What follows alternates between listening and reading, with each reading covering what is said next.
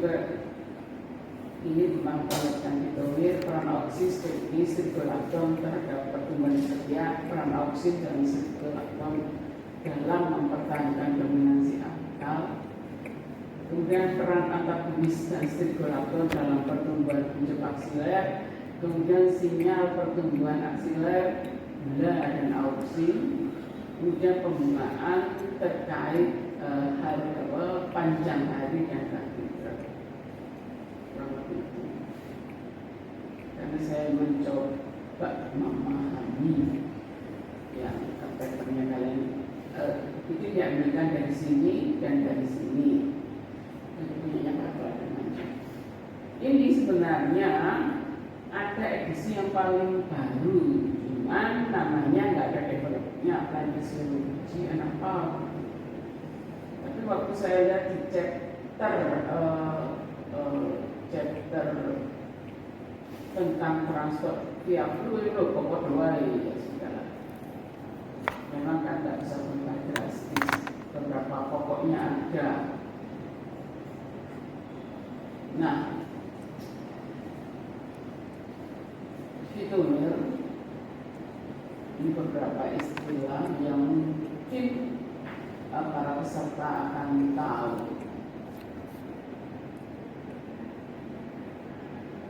Jadi tunasnya akan modelnya mengembang atau tidak merupakan perulangan dari fitomir. Ini sekedar reminding bahwa dalam dunia tumbuh sebentar. Kalian sudah pernah dengar fitomir sebelumnya atau belum sebelum lain? Ya sudah. Ya fitomir.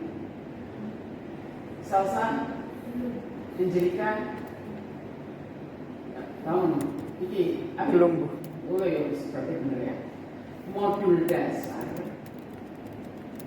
yang terdiri dari internode,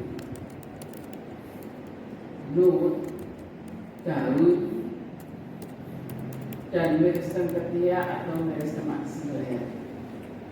Istilahnya modul dasar.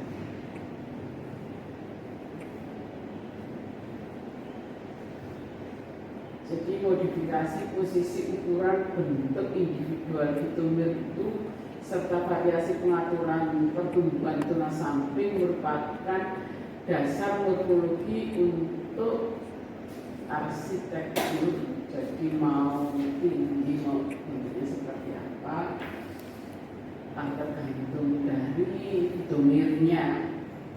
Fitomir seperti ini. Jadi yang hijau sampai segini fitomir. Tadi terdiri dari daun, kuncup aksilar, node, internode dari sakit. Dan batang itu merupakan perulangan fitomir, kemudian di kulit ada fitomir lagi, ada fitomir lagi. Atau kalau ini menjadi jelas, ini rotok-rotok gak jelas. Jadi dari sini ke sini, ini sore gak katut. Dari sini sampai sini yang ini gak katut, itu gitu. Nah, di sini ada node atau buku. Kemudian ini ada internode-nya. Dan berarti kan dari sini sampai sini tidak ada. Gitu. Kalau di ini di mana tumbuhan berkayu dikotil mungkin jelas, monokotil menjadi kurang jelas. Ternyata monokotil pun juga ada fitomirnya. Karena di sini harus ada node ditambah kuncup aksiler. Di sini ada node, di sini ada kuncup aksilernya. Kemudian ada internode terus kotain seret gitu. Berarti ini sampai iki dukur iki nggak sampai nanti ada fitomir lagi. Ya pasti. Jadi ini mau bercabangnya seperti apa, lihat bagaimana domirnya. Kemudian, nah,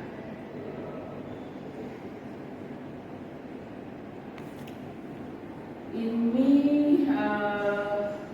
nggak urusan saya dengan ini. Tentang tailoring mungkin Yohan sudah familiar, itu anakannya.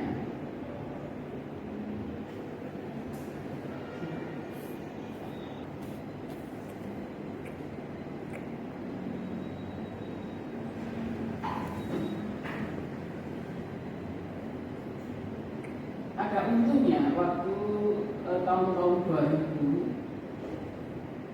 saya ketemu sama seseorang, bila ya kebetulan posisinya sama sebagai tamu, dan kebetulan si tamu itu bawa anggur kuno, maksudnya anggur kuno itu fermentasinya lama, berarti alkohol di rumah itu. Terus dia cerita fiancé, apa sih fiancé itu? Kemudian saya cerita pedestrian, contoh boleh itu berarti yang 23 tahun yang lalu. Wah, Beyonce itu nama toh. Pedestrian ini. Oh, jalan sini. Apa lagi kita pedestrian ini? Itu loh. Kalau kita ke jalan raya sama jalan kaki kan itu. Trotoar. Terus ada lagi, ingatnya betapa saya itu berusaha banget gitu loh untuk bisa.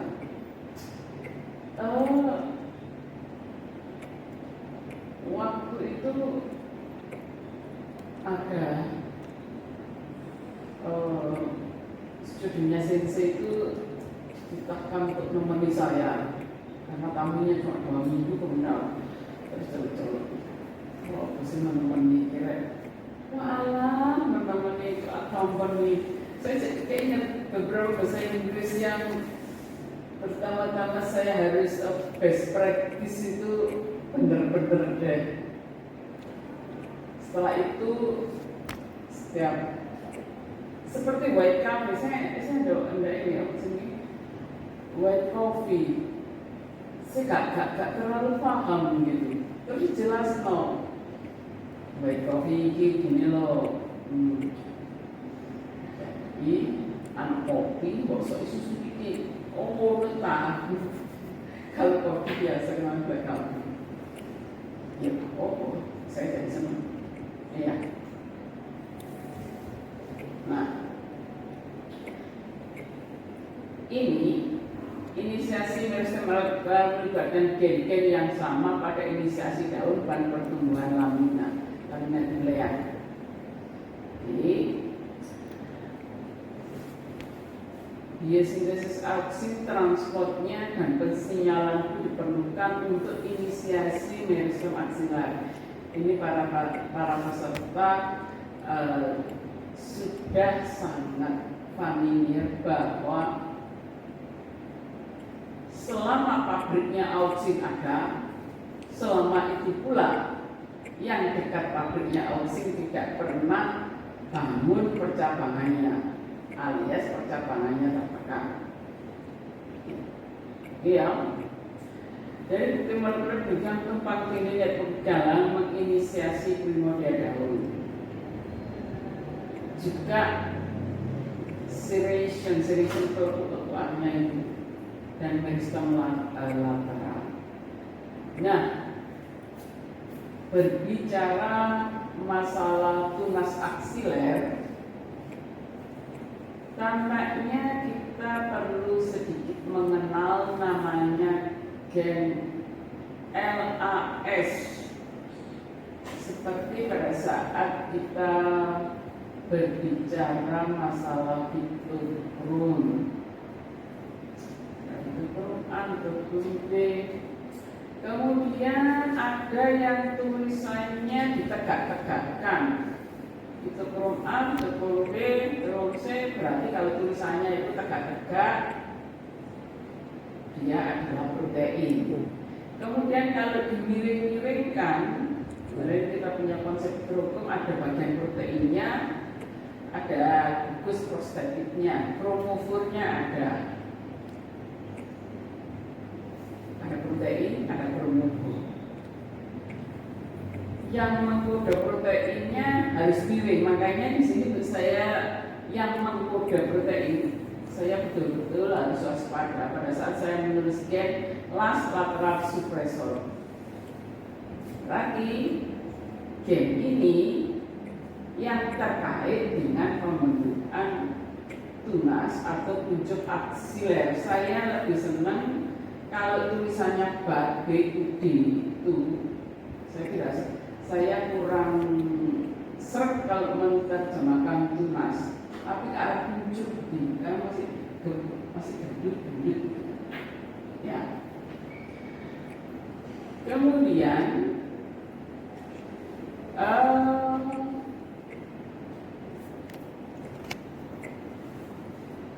di antara para peserta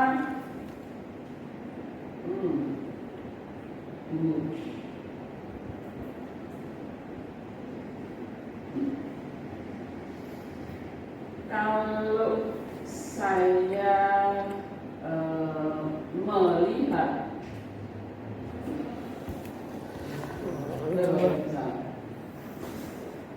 gen itu terekspresi atau tidak,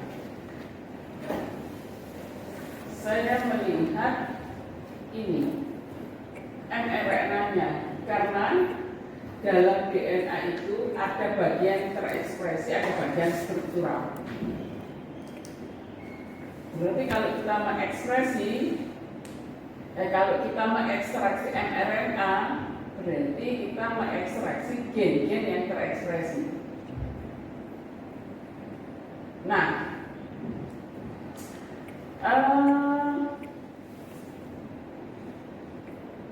gen potongan DNA. Begitu kita bicara RNA, itu adalah bagian yang separuhnya yang tercetak. Kita bisa mengekstrasinya. Kemudian untuk melihat siapanya dia, kalau saya ya, melakukan suatu hibridisasi dengan terhadap potongan terhadap kumpulan DNA itu.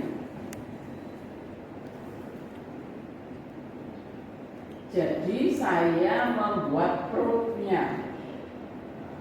Gen A, gen B, gen C sudah dapat. Kemudian apakah tanaman itu mengandung gen A, B, C, D sampai CC1, CC2? Ikuti hibridisasinya. Saya pernah melakukannya, hibridisasi sekitar 5 gen itu.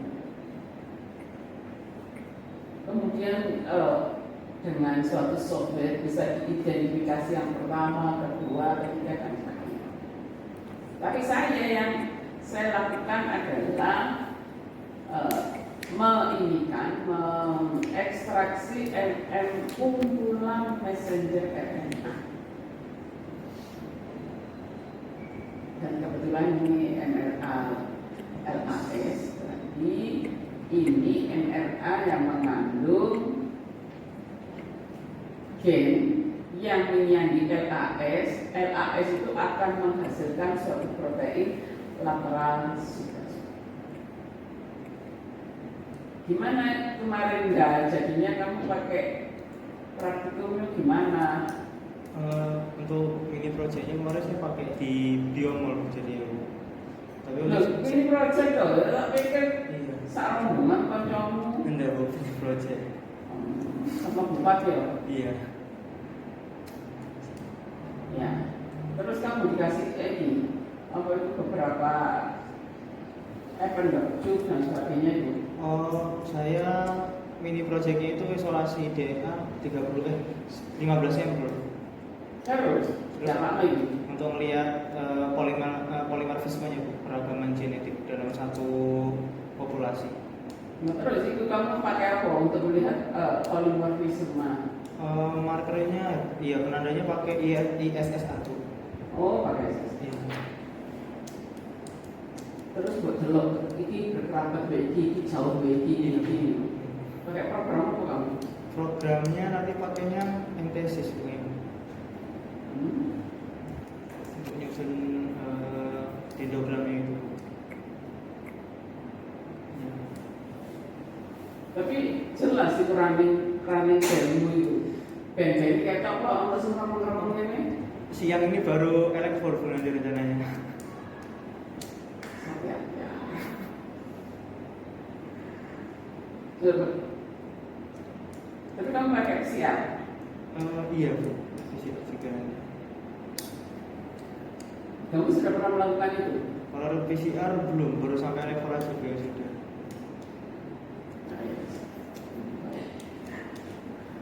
Kamu teramplifikasi kemudian dirunning ketok iki. Soalnya kadang-kadang kamu markernya pakai berapa? Pakai 5. 5 Bu. 5 jadi ISSR itu ada. Iya, itu lah primermu. Iya primernya. Oh, Terus marker Bu. cuma satu Bu, ISSR aja. Nah maksudnya leadermu pakai apa? Leader. Berapa gigi? Pakai 1000. Ada di teleponmu. Ada ya Bu. Terus itu polimeris pakai apa?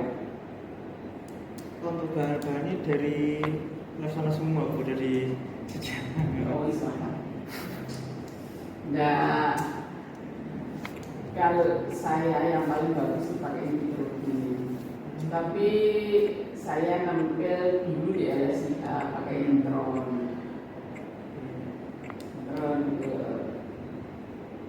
Itu 1 gigi, jadi 1000 spare. Nanti dia akan spread dulu. Biasanya kalau saya namanya banyak, saya taruh di sumburan yang tengah, nggak paling samping. Bismillahirrahmanirrahim. Oke. Jadi di sini itu calon-calon tunas, ya. Namanya wild type, ya seperti ini. Sedangkan yang dimutasi seperti ini. Sebentar. Para peserta pernah lihat tomat wild type? Yon, di kantor mana wild type gak?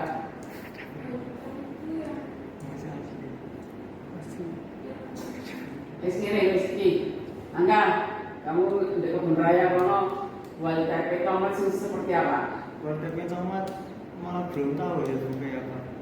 Kalau tomat yang wis di ini ya? Iya sudah diberi apa maksudnya yang diseleksi Iya. kemudian isi gede-gede. Wild type ini sampai ini loh. Kayak tomat cherry berarti Bu. Iya, itu tomat cherry.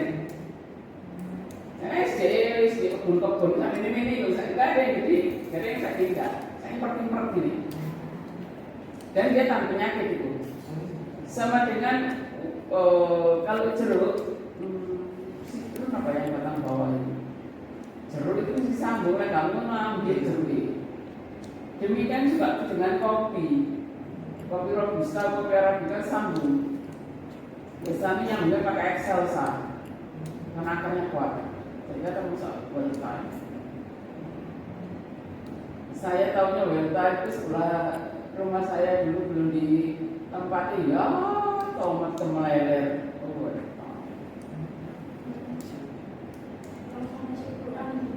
Oh iya duduk. Loh, tangan cikluan dong. Iya kecil. Hah? Iya selalu. Loh, cikluan kan dulunya nih, tomat kan rotok perambat-perambatnya nih. Kalau cikluan kan, kalau saya pergi itu Ibu Mas Putih karena menceritakan cikluan. Cikluan kan ini terus kemudian naik bungkusnya poli dijepuk. Iya. Tapi sebenarnya saya pernah pada saat lagi booming cikluan, cuman saya tidak ngeh aja. Kan ada yang bentuknya cantik, yang bungkusnya kuning, maupun disuruh pakai sapra-sapra ini. Sebenarnya kalau itu Pak ambil mungkin bisa mungkin. Karena itu baik. Oke. Jadi yang untuk normalnya genlas, genrox, genrax. Iya, kebanyakan seperti yang kemarin Cahya cerita. Saya itu paper kenapa saya suka, karena saya berharap kamu bicara basicnya flowering. Tapi kan namanya saya terlalu sibuk dan itu nanti sebagai bahan tugas saya share di grup. Mungkin juga saya ambil yang gak ruwet-ruwet amat supaya bisa menjelaskan, nanti saya mungkin 3 atau 4 saja. Gak 4 ya, masing-masing orang diambil 2. Soalnya oh iya rolas peng arek 4 lekur. Ya kita coba saja.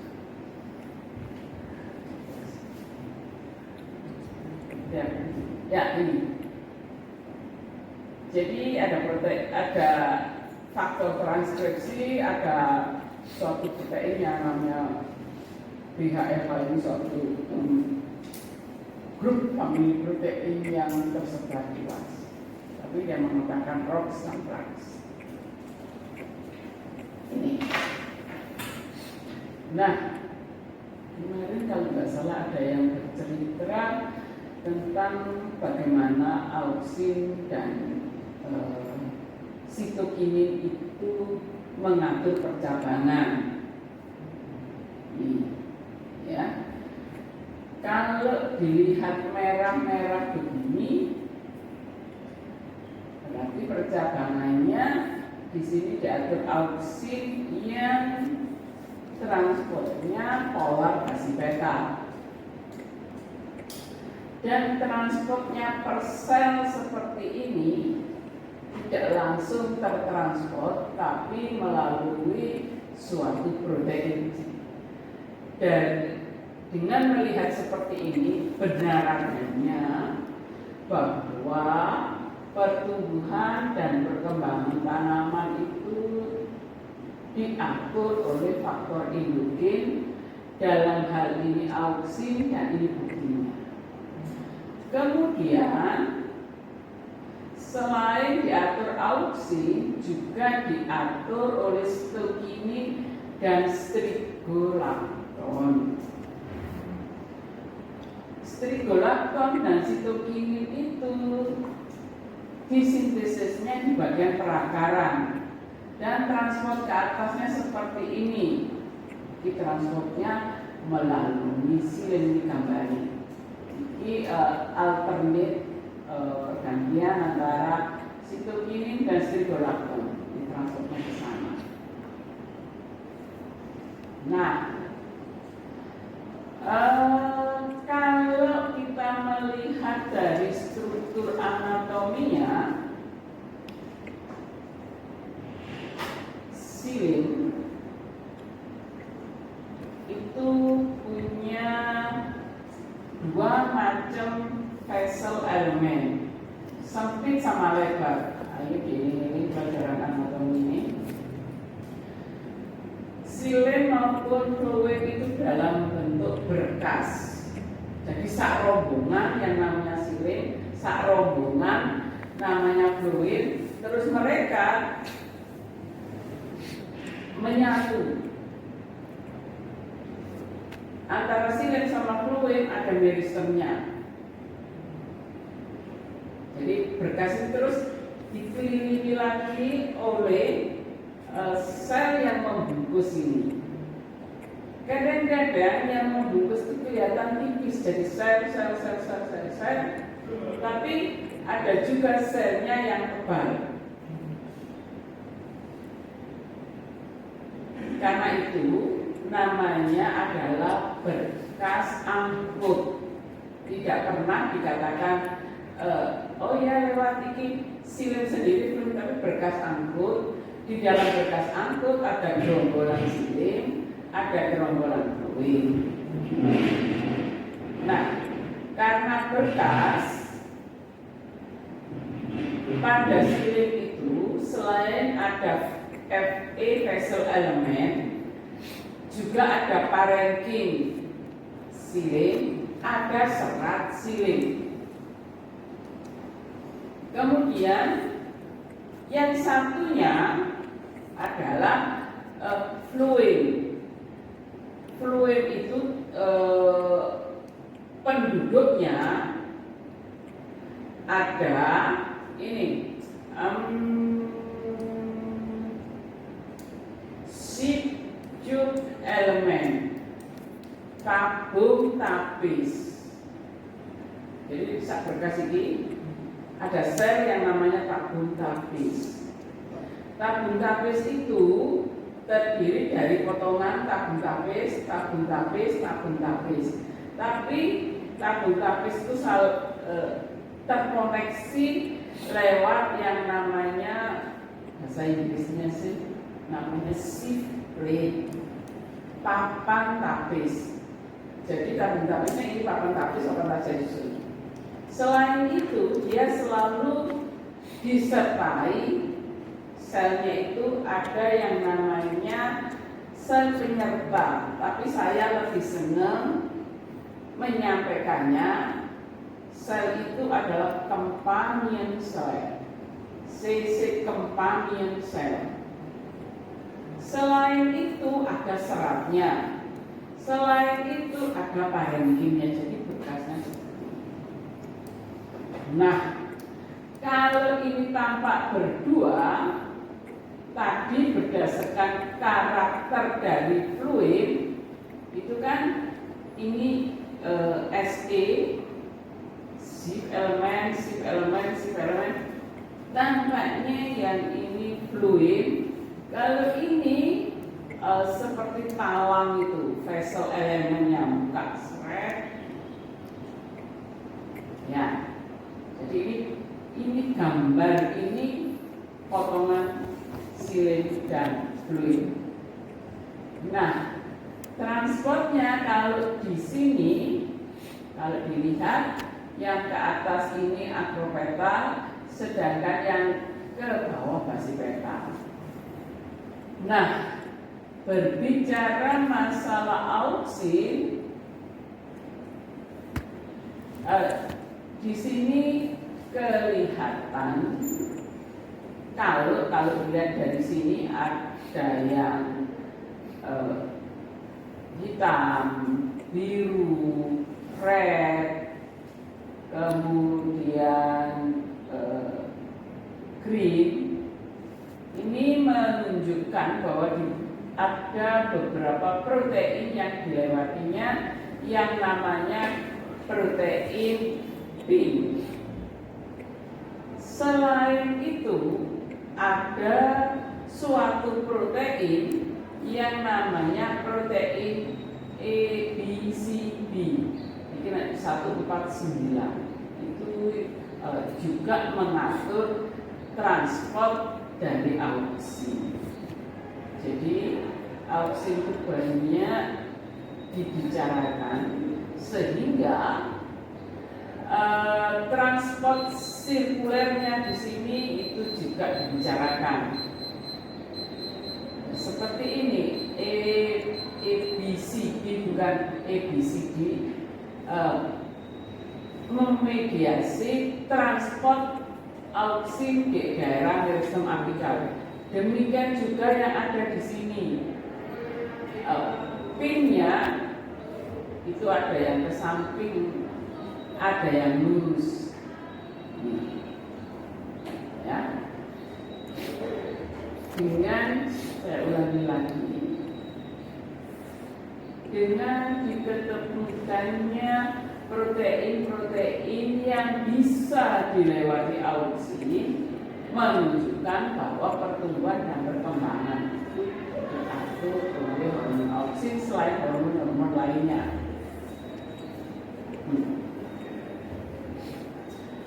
Ini para peserta sudah sangat familiar dengan teorinya direct dan indirect nutrisi.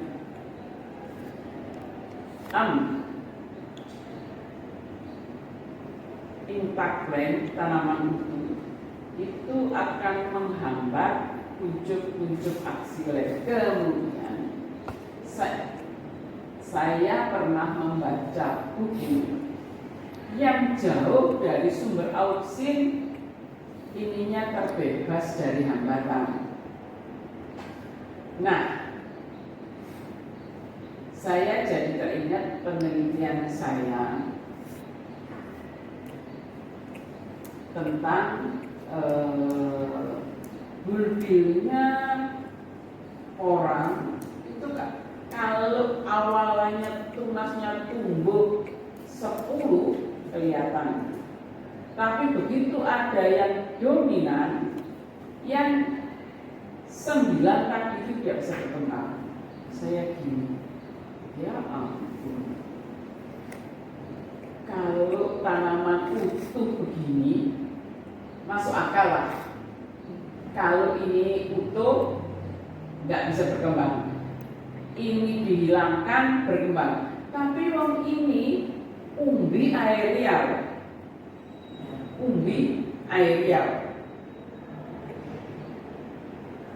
di umbi aerial pun juga ada dominansi. Kemudian saya pernah, itu umbi yang di udara. Kemudian saya nyoba umbi yang bawah itu. Umbi yang bawah paling subur 2 tunas. Tapi begitu saya bagi 4, masing-masing bagian itu menghasilkan ini kok kayak dominasi cair. Ya. Dan kalau ini strong dressing respon dominasi aplikasi. Kalau ini diberi titik terus IAA, berarti dihilangkan. Saya belum pernah searching lagi. Maksudnya itu ada yang dijual bebas yang namanya lamolin. Lamolin itu mengandung IAA. Jadi kalau adik-adik ada S1 percobaan, ada IAA, ada sebentar ya hilang. Dikasih ini IAA dicelup kapas simbolik. Nah, saya ada pasta di sini. Ini walaupun dipotong, tapi kalau masih ada IAA-nya, baca nggak bisa bertugas. Kemudian kalau ini dioles-olesi penghambat IAA ada bumbu, berarti benar artinya kalau IAA itu berperanan untuk pertumbuhan tunas aksiler. Kalau ini saya mengatakan tunas, tapi kalau masih kecil namanya pucuk. Bahasa Inggrisnya dari luar. Karena tidak pernah mengatakan kalau yang belum muncul itu bahasa Inggrisnya adalah shoot. Nah, sekarang ini like semua model kayak gini, gambar arabidopsis. Yang ini wild type. Saya tidak tahu.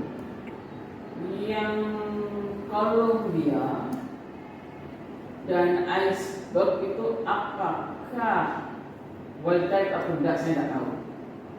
Tapi beberapa percobaan kalau menggunakan arabidopsis, dia mengatakan arabidopsis varietas iceberg atau Columbia. Ini wild type-nya. Ada dominansi apika. Tapi ini mutannya yang mengatakan max 2 luar ini mutannya max 1, 3, 4 iki. Kemudian coba kita lihat, iki warnanya biru, saya dulu. Iki warnanya abang, iki warnanya hijau, ditambah abang. Nah, iki max 1, 3, 4 tambah ini. Ternyata dominasi Afrika. Berarti ada sesuatu dari sini yang ditranslokasikan ke atas surganya. Tapi kalau coba sekarang yang ini untuk membuktikan teori ada sesuatu yang ada di bawah ini. Max 2 ternyata mutan defect sinyalir, Mas 1, 3, 4 defect biosintesis strigolactone. Jadi strigolactone-nya nggak di biosintesis. Makanya kemudian kalau ini grafting, mereka sudah tahu mutan max 1, 3, 4 itu mutan strigolactone. Kalau ini mutan pensinyalan. Nah, kalau tadi berarti max itu pensinyalan. Kayak wild type, ini kan itu tidak ngaruh, lunas. Kemudian ini wild type-nya ini dikasih iki. Maksudnya tetap dominasi apikal. Kemudian iki ditambah ini, berarti ini cacat tidak menghasilkan, maksudnya kemampuan menghasilkan wild type, menghasilkan strigolactone tidak ada, cacat strigolactone. Kemudian sebentar. Saya tidak meriksa akar hijau. Ini kan ini akar hijau, akar biru, akar merah gitu. Iya kan, ini gitu ya. Ini wild type. Tapi kan tadi dikatakan begini. Nah, ini cacat pensinyalan, tapi tak ngaruh kalau dikasih yang punya akar ini. Ini wild type ditambah di. Berarti mana ini? Ada sesuatu yang di sini yang diberikan ke sini, tapi emang dari sananya. Kalau kita coba yang di sini, ini mutan pensinyalan, tidak ada sinyal. Kemudian ditambah mutan yang ini.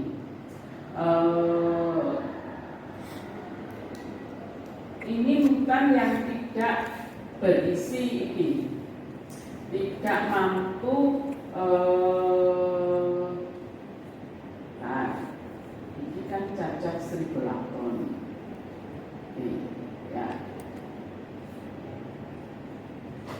Sekarang konsepnya dibalikkan. Strigolactone berfungsi menghambat tunas aksiler. Strigolactone disintesis di akar. Dia menekan pembentukan tunas aksiler. Untuk iki dibuat cacat wis gak ono strigolakton, tunase tumbuh. Iki dikasih pabriknya strigolakton, berarti pabrik untuk menghambat. Ternyata iki sekarang kita menjelaskan ini opo iki dikasih pabrik strigolakton, tapi digrafting dengan cacat persinyalan. Dia tetap lunas karena tadi yang diinikan berarti ada sesuatu yang bisa naik. Kemudian coba para peserta kira-kira logikanya bagaimana? Ini ada suatu pensinyalan di sini ya. Ini kan cacat sinyal loh. Lek utuh. Kemudian ditambah well type.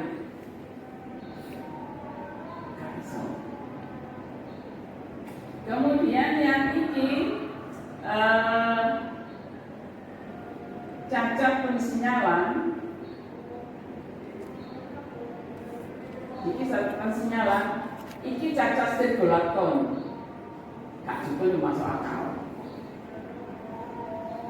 Nah ini berarti ada sesuatu yang di akar ini dan berkoordinasi dengan lainnya agar menghasilkan tunas. Nah itu tidak usah. Cuma reminding saja. Kita tahu, jadi repot ini jelas sekali. Terus buat ujian juga repot. Ya karena ada beberapa kali. Ini untuk mengingatkan saja tentang sitokinin pada kuncup aksiler. Ini percobaan benar-benar baut banget fisiologinya. Kalau kuncup aksiler dikasih sitokinin, maka di aplikasi langsung kira-kira memacu perkembangan kuncup. Kalau pucuknya dihilangkan, maka ada gen yang namanya IPT1 dan IPT2 itu terekspresi. Gen ini bertanggung jawab untuk membentuk sitokinin.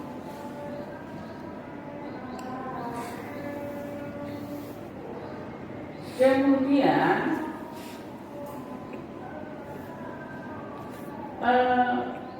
potongan batang ditambah auksin, tidak ada ekspresi ini, berarti ya memang auksin kan fungsinya menghambat keluarnya kuncup aksiler. Berarti kalau ditambah auksin, pembentuk sitokinin tidak ada.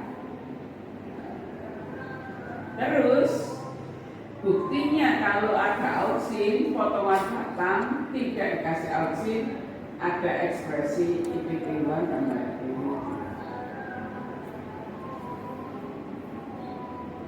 Jadi kalau dilihat dari adanya potongan batang dikasih auksin. Nah, sekarang ini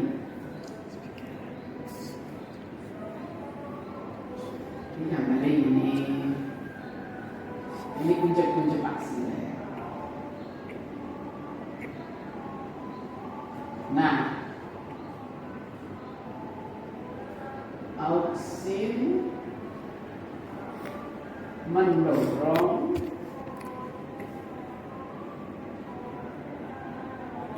munculnya gen MAX4. Kemudian gen ini mendorong memacu munculnya strigolakton. Adanya strigolakton itu mengaktifkan gen BRC1. Kalau gen CBR, ingat ya, nulisnya gen itu mesti miring-miring ini. BRC1 ini fungsinya menekan munculnya buncuk aksiler. Makanya waktu saya cerita tentang BRC1, saya menjadi tertarik.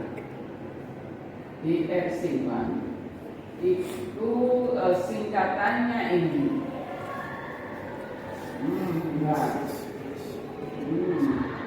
Iya, kalau maximal accelerator, kemudian ininya branching,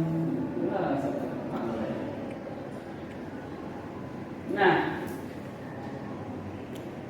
kenapa auksin itu mendorong pembentukan tunas aksiler?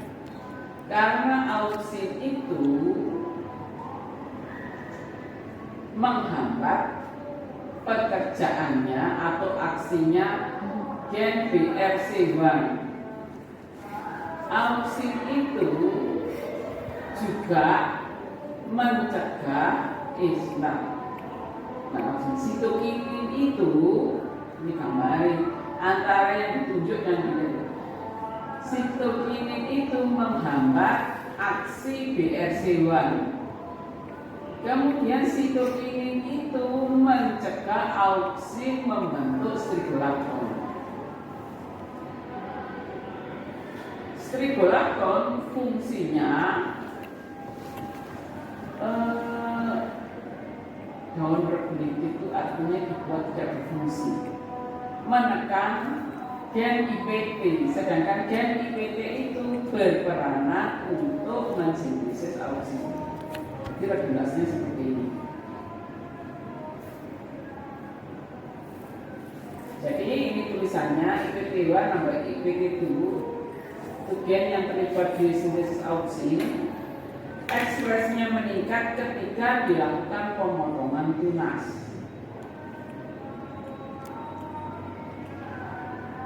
Nah, kalau auksin ini dihambat tidak turun ke bawah, maka IPT1 sama 2 itu akan terekspresi. Kalau itu terekspresi, maka dia akan memacu pembentukan tunas. Ya, strigolakton mengaktifkan gen BRC. Ya, strigolakton mengaktifkan gen BRC menghambat biosintesis tukinin, enzim binatang. Oleh karena itu, dominasi apikal tetap ada. Namanya. Sehingga enak itu jelas ini. Tentang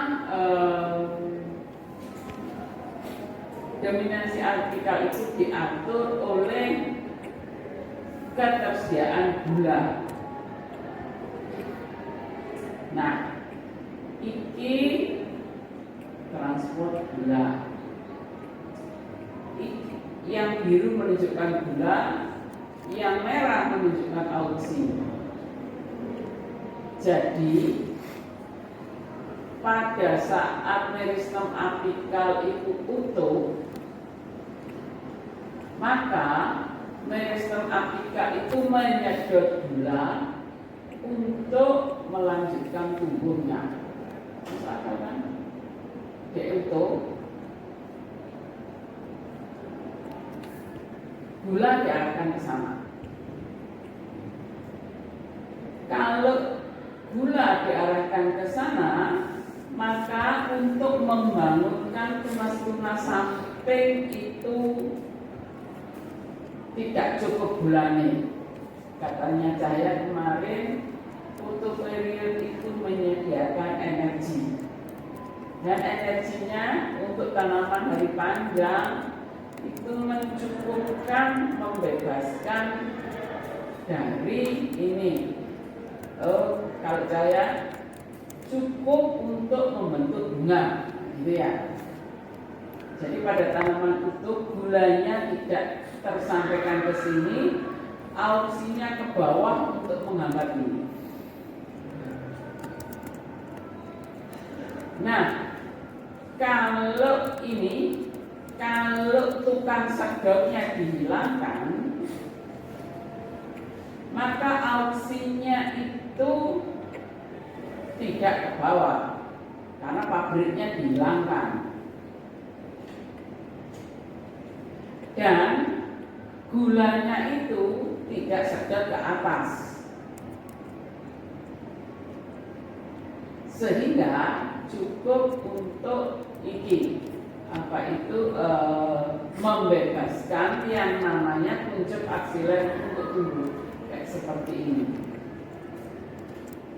Nah, mungkin nanti kalau saya memberi tugas dikasih gambar, karena gambar-gambar saja. Kemudian silakan membaca gambarnya, nah, itu enak. Jadi tugas ini tidak semuanya ini saya suplai, tidak pakai pertanyaan, tapi pakai gambar-gambar. Dan saya suplai tentang paper-paper yang kemarin dipresentasikan.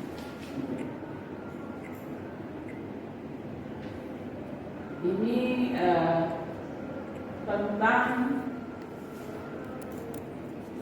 hilangnya penghambatan kuncup aksiler.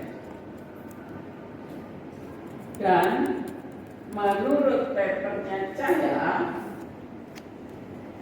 untuk menghilangkan terhambat ini yang bekerja dulu adalah sugernya. Yang bekerja dulu. Ini aku tidak menurut saya. Flowering mengenai panjang hari sehingga menghasilkan tanaman hari pendek dan hari panjang. Kemudian ada beberapa tanaman yang harus terpapar dingin agar bisa berbunga. Nah, saya nggak bicara yang ini, saya lebih tertarik untuk ini. Ini para peserta tahu. Tanaman hari panjang itu tanaman yang siangnya melebihi kritisnya. Kemudian tanaman hari pendek adalah tanaman yang siangnya kurang dari kritisnya karena pendek. Tanaman hari pendek kalau diganggu oleh cahaya sehingga ditambahi satu kapling di sini, yang hari pendek nggak bisa berbunga, yang hari panjang berbunga karena ini ditambahi. Kemudian kalau nambahinya merah dan lewat merah, berarti ini kita bisa mengatakan efek merah dihapus oleh lewat merah. Maka tanaman hari pendek berbunga, hari panjang tidak. Tapi kalau diganggu merah, dihapus lewat merah, ditimbulkan oleh merah lagi, maksudnya direkapri merah, hari panjang ini berbunga pendek. Kalau ini juga begitu merah, efeknya dihapus lewat merah, dipulihkan merah lagi, dihapus lewat merah lagi, yang pendek berbunga, yang hari panjang enggak. Jadi yang namanya hari panjang itu mempengaruhi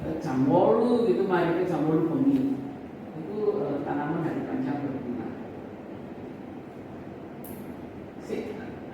Sama kita yang kita cerita. Teman saya nggak tahan luwe pada saat summer dia bilang, wes aku poso meja Jakarta ya Jakarta sama. Ayo apa? Mari kowe setengah 8 jam 8 bengi ya. Wis jam 3 wis imsak. Sampai mari sadar bersama mana. Ya, ini kan bener kan? Iki lebih panjang terangnya di berbunga. Kapan kan ini? Lebih panjang terangnya berbunga. Lagi kan otaknya paruh.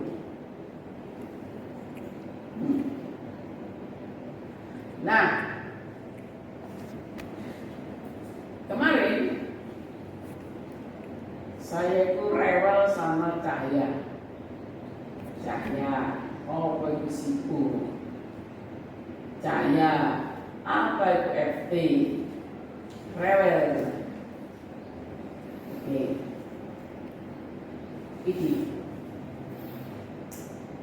Iki anak FT. Kemudian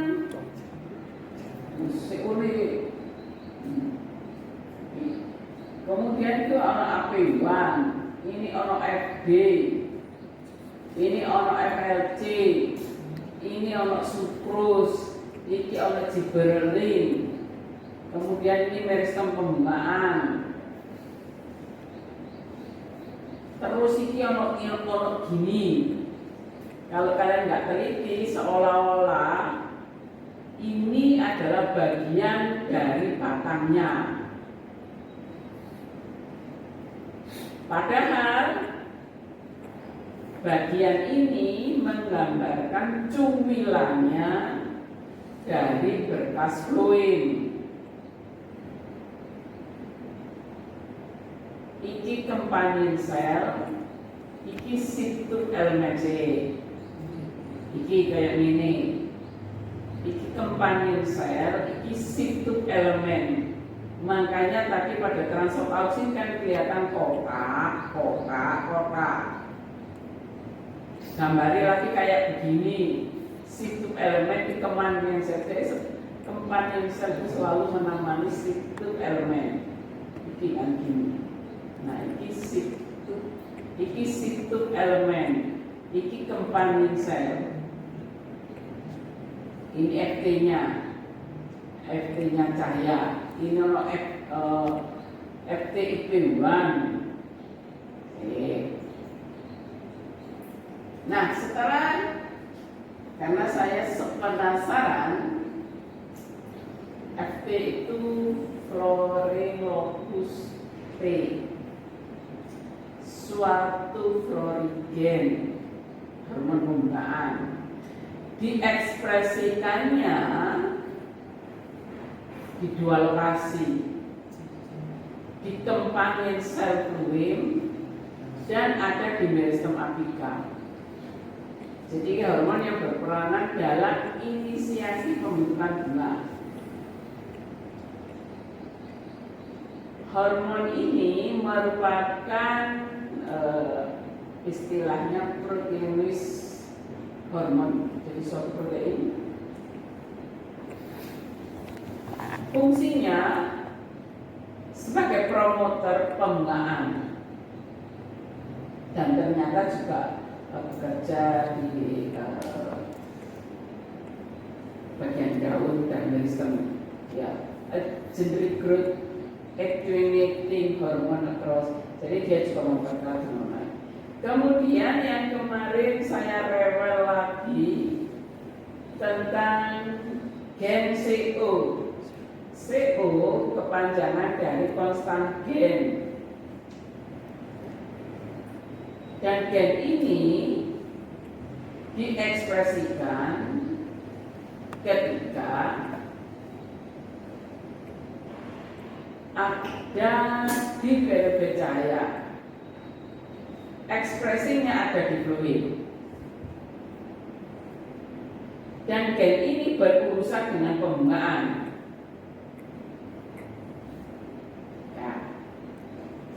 ekspresinya tadi di line period berarti di long D. Kemudian kalau tadi kita lihat ada FT interactor protein 1, dia meningkatnya VTIP1. Ini untuk hati-hati.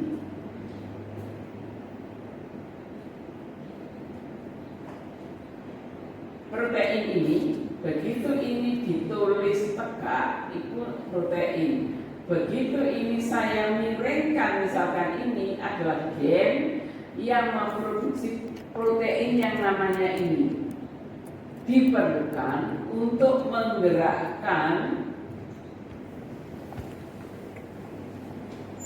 flowering locus T ke fluim agar dibawa ke meristem apikal dan nantinya akan berubah meristem apikal menjadi meristem pembengkakan.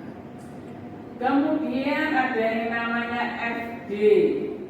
FD itu kepanjangan singkatan dari flowering D. Ini suatu faktor transkripsi.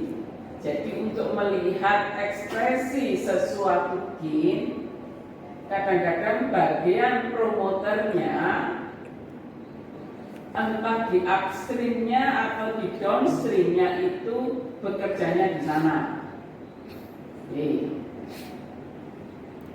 Itu faktor transkripsi. Ini membentuk hasilnya. Kemudian kalau ini saya miringkan, jadi protein ini dan protein ini membentuk kompleks dan mengaktifkan identitas gen seperti apetala. Apetala 1, ini singkatannya AP1. Kemudian ada lagi yang kodenya LIVI. Singkatannya itu mengontrol waktu pembungaan dan memediasi diferensiasi floral. Kemudian ada gen lagi, ada protein lagi karena tegak, namanya SOC1. Itu suatu faktor transkripsi hampir sama dengan FD.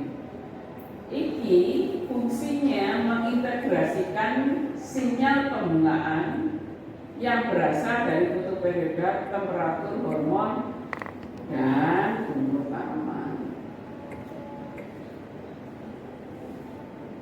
SOC1 diaktifkan oleh Konstantin WCO pada hari panjang.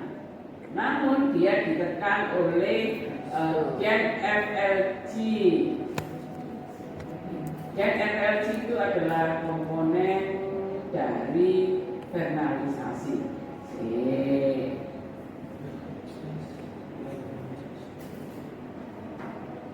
IGFT flowering locus 2 konstan gen, kemudian iki levigen, iki FLG. Nah, waktu ini sih.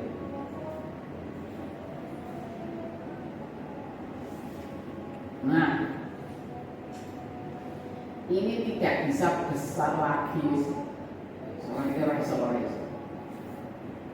ini nomor 1, RNA flowering locus 2 itu diekspresikan di sel penyerta, sebagai respon berbagai signal. Signalnya bisa panjang hari, kualitas cahaya, dan temperatur ekspresi FT. Kemudian ada lagi FT TIP1 memediasi, ini tulisan ini transport FT. Transportnya itu melalui retikulum endoplasma, di mana retikulum endoplasma itu masuk ke si elemen melalui plasmodesmata. Kemudian dia ditranslokasi ke atas. Ini nomor 2. Nomor 3 dia bergerak ke atas lewat aliran fluid ke meristem apikal. Kemudian nomor 4 iki protein FT dibongkar dari ini, kan dia dibawa seperti ini loh. Kalau fotosintesis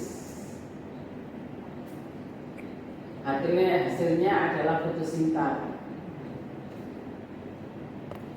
migran.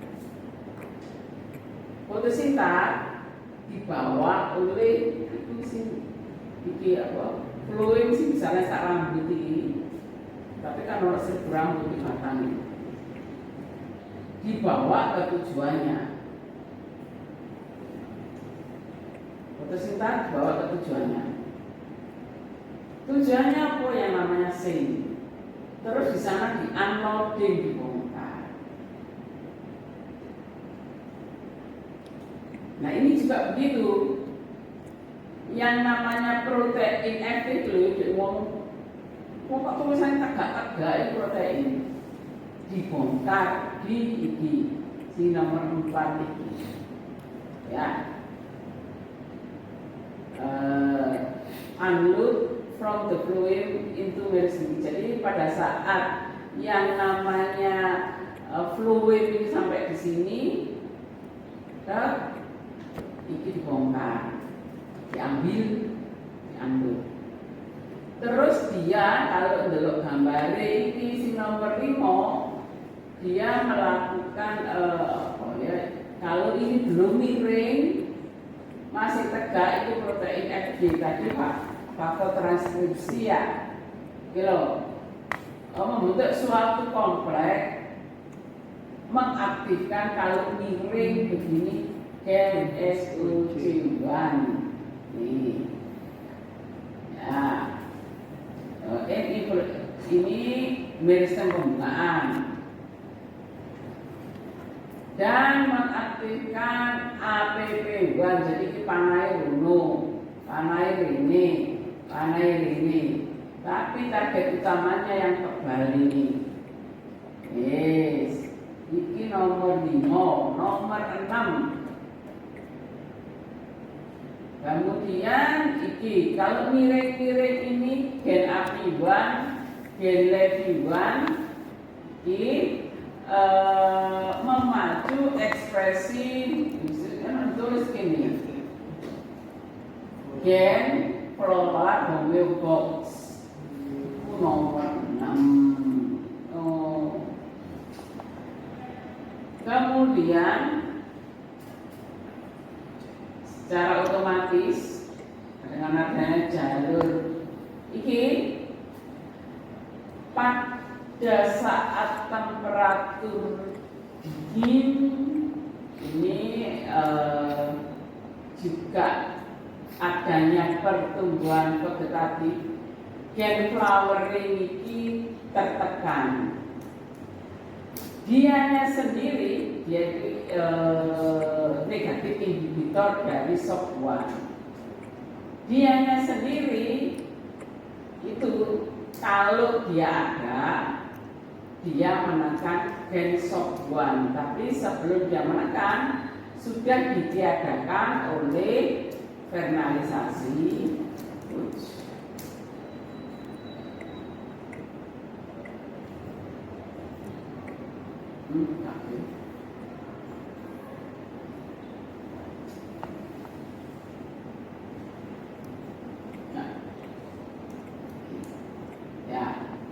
Jadi ini diharapkan bebas berekspresi untuk mendorong munculnya bunga-bunga tersebut. Jadi ininya dijelaskan dulu nama-namanya, baru balik. Ini kan nama-namanya, monoflorikin, flowering, locuste, kemudian gen konstan, kemudian integrating factor. Jadi betul gitu. Kemudian ada flowering K, faktor ekspresi. Kemudian iki SOC1 iki tugasnya untuk mendorong pembungaan, mengintegrasi multiple flowering signal. Diaktifkan oleh CO tadi, tapi dibuat tidak aktif oleh FLC. FLC itu komponen dekarbonasi. Nah sekarang kalau dilihat-lihat,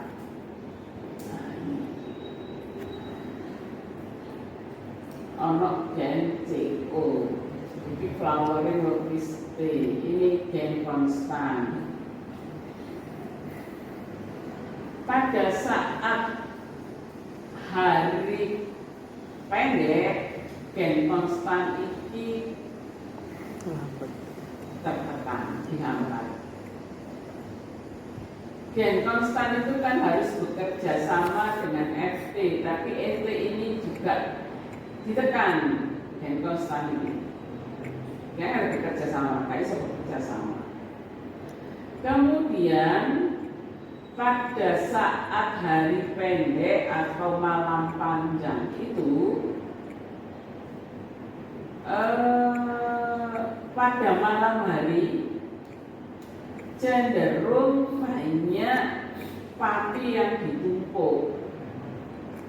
Kalau patinya ditumpuk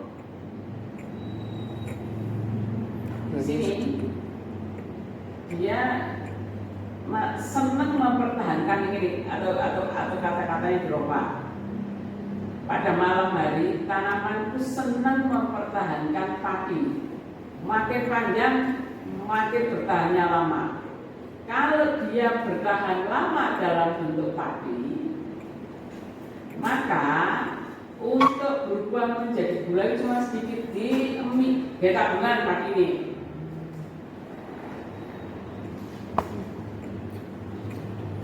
Di sini tidak spesifik mengatakan sugarsnya adalah sucrose. Tidak spesifik. Padi itu kan sebenarnya polimer dari glukos.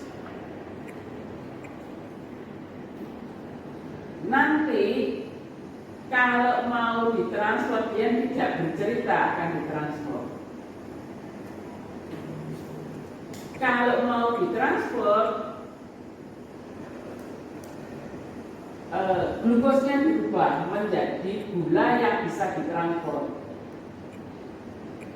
Gula yang bisa ditransfer, misalkan sucrose, raffinose, stevia, verbacose.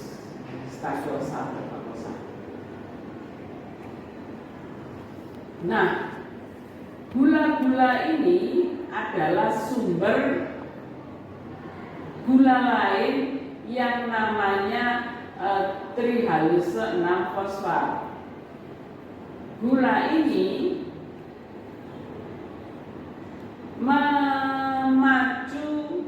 mendorong ekspresi seperti ini, mendorong ekspresi dari gen flowering locus 7. Nah, balik ini duluan. Oke. Ternyata akumulasi dari messenger RNA dari kita mengarah gen dikontrol oleh irama circadian clock. Circadian itu irama 24 jam. Nah, pada saat ada di daerah ini fotofilik ini messenger RNA-nya rendah. Pada saat di fotofilik messenger RNA-nya tinggi CO-nya. Kita lihat sekarang.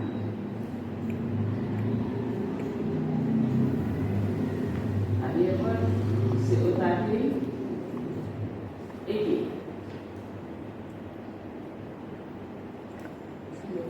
Diekspresikan itu enggak oke kalau dia bilang ya.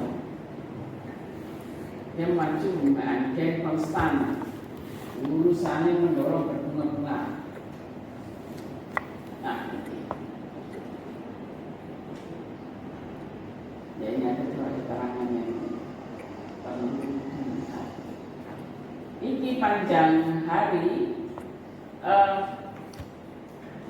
Di sini kalau harinya panjang ini terekspresi. Kalau ini terekspresi mendorong juga ekspresi gen flowering ini, flowering locus T. Di samping itu ekspresi ini juga didorong oleh ekspresi trihalose 6 fosfat. Kalau malamnya itu pendek, tanaman ini tidak mau mempertahankan pati terlalu lama di sana. Dia segera dibentuk menjadi gula, dan gulanya itu beberapa bentuk gula diubah menjadi trihalose fosfat. Nah, keterangan ini cukup masuk akal. Karena apa?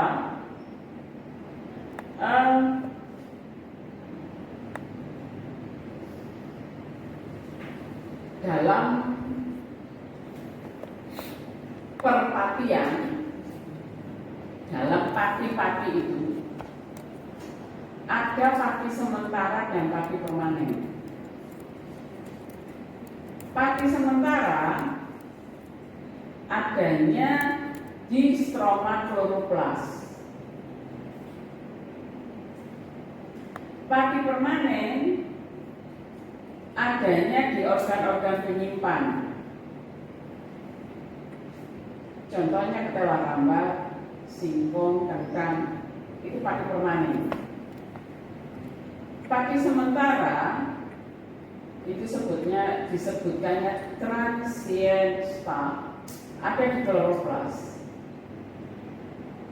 Dan pati itu akan dibongkar menjadi maltosa. Kemudian maltosa dirubah menjadi sukrosa. Berarti, dan itu dikerjakannya pada malam hari. Kalau malamnya panjang, tidak dirubah-rubah, dipertahankan saja lebih lama di sana. Yang dirubah sedikit. Tapi kalau malamnya pendek, memang pekerjaannya si daun itu menyediakan bahan yang bisa digunakan bagian-bagian tanaman yang lain. Nah, ini nanti cerita ini juga dari papernya ini, papernya itu, dan sebagian di sana saya share sak paperi, sak gambari, karena mungkin para peserta nggak eling punya tamu ini paperi apa. Tugas saya yang membagi-bagi, namanya begitu ya. Terus saya mungkin kalau modelnya seperti saya begini, berarti para peserta harus baca papernya. Punyamu nanti akan saya baca dengan seksama karya tulis untuk menghasilkan suatu ide pertanyaan isi pertanyaan itu dibuat tugas. Kemudian kalau sudah dibuat tugas, lalu dibuat ujian. Dilihat dulu responnya. Setelah itu baru dibuat UTS. Jadi itu adalah cara saya untuk mendorong para peserta memperbaiki tuvelnya juga pengetahuannya. Kejamnya kita. Mungkin karena saya ragu-ragu tentang pengertian fotoreseptor, kelihatannya Afif cerita fotoreseptor ya. Fotoreseptor